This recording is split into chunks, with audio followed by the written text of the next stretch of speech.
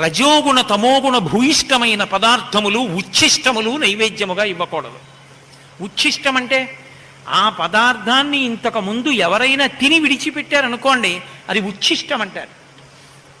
ఉదాహరణకి ఏదో బయట మిఠాయి దుకాణం ఒకటి ఉంది, కోవా బిళ్ళలు అమ్ముతున్నాడు, ఎవరికో అరకిలో కోవా బిళ్ళలు అమ్మాడు, మీరక్కడ అరకిలో కోవా బిళ్ళలు అట్టుకొచ్చి ఈశ్వరుడికి ఇవ్వకూడదు. శ్రీచక్రం టీవీ. మీరు ఉచ్ఛిష్టం ఇచ్చారని గుర్తు.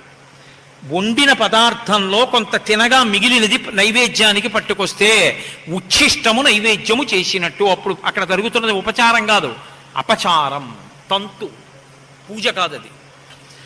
అందుకే నైవేద్యాన్ని వండుతారు దేవాలయంలోనే. దేవాలయంలోనే వండి బట్ట కప్పి తీసుకొచ్చి ఘంటానాదం చేస్తూ నైవేద్యం పెట్టి ప్రసాదం అని భక్తులకు ఇస్తారు. అది వైదిక మార్గం, అది కారణం.